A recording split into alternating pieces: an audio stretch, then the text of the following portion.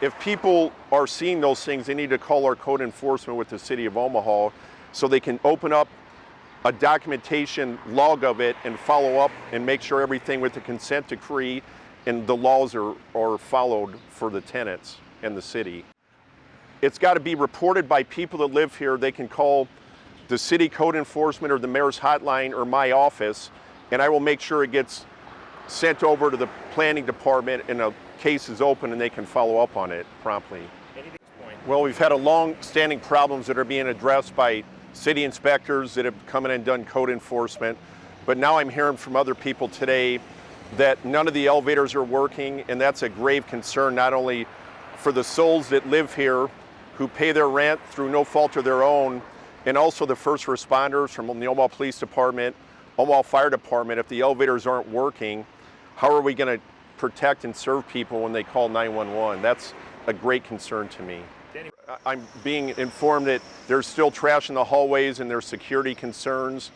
And I've been told that Zadok, the slumlord company that owns this place, is maybe filing for bankruptcy. I'm looking into that. But there's a lot of concerns. If the elevators aren't working, how are they going to pay for somebody to come out and fix it if they're filing for bankruptcy? Those are really troubling things that I've been told today. And I've been monitoring City View for the last several months and getting updates from the city planning department and code enforcement. But as you know, the city can't just come in. People need to call city code inspectors to make a complaint so we can send the proper people out and document the complaints and follow up on them with the management company.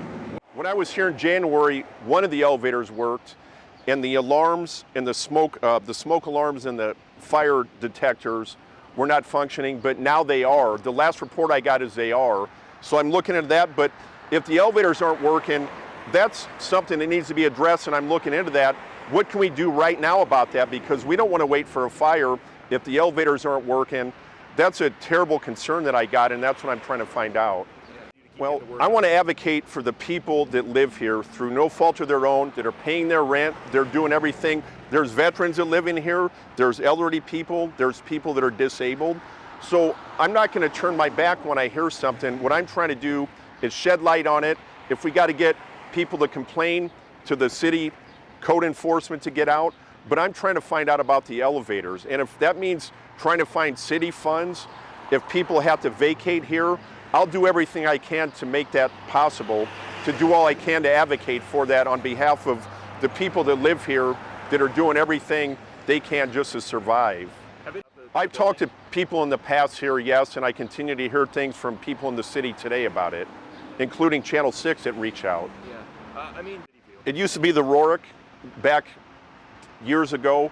My goal and hope for that an owner would come in here and be a person of dignity that would care for the tenants that pay the rent and have living quarters that people can live in peace and not fear for their lives, whether it be for their safety, from people that are getting in the building that shouldn't be here because there is no security, or that the fire and the police can rescue people and respond accordingly to calls, but that it's a safe, people need a safe place to live. They can work hard during the day or night, if they work night shifts, that they can come here and go to bed and wake up and live in peace and not have to worry about the safety of their family and their loved ones that live here.